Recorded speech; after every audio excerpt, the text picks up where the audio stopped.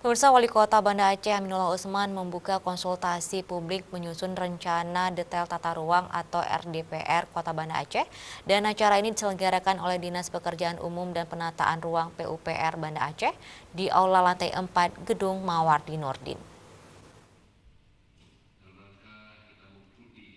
Wali Kota Banda Aceh Aminullah Usman menyambut baik kegiatan konsultasi publik RDTR dan mengharapkan agar penataan tata ruang di Banda Aceh tetap memprioritaskan kesejahteraan masyarakat.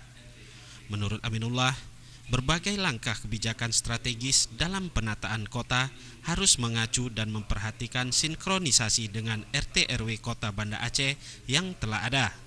Dengan begitu, perwujudan pembangunan kota sesuai dengan rencana pola ruang serta rencana kawasan strategis kota yang telah ditetapkan.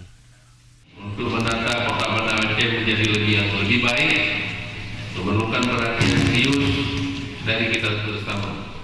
Sebagai ibu kota provinsi Aceh dan juga merupakan pusat pemerintahan, perdagangan, jasa dan pariwisata, tentu hal tersebut tidak luput dari pengaruh urbanisasi, pengaruh globalisasi, bahkan juga akan berpengaruh pada lingkungan perkotaan itu sendiri.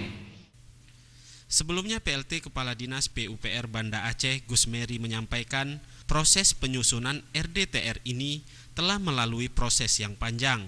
Dalam penyusunan dokumen RDTR, salah satu proses yang wajib dilakukan yaitu menggelar konsultasi publik untuk mendapatkan masukan-masukan dari seluruh komponen masyarakat atas kebijakan rencana tata ruang secara detail yang sedang disusun oleh Pemko Banda Aceh.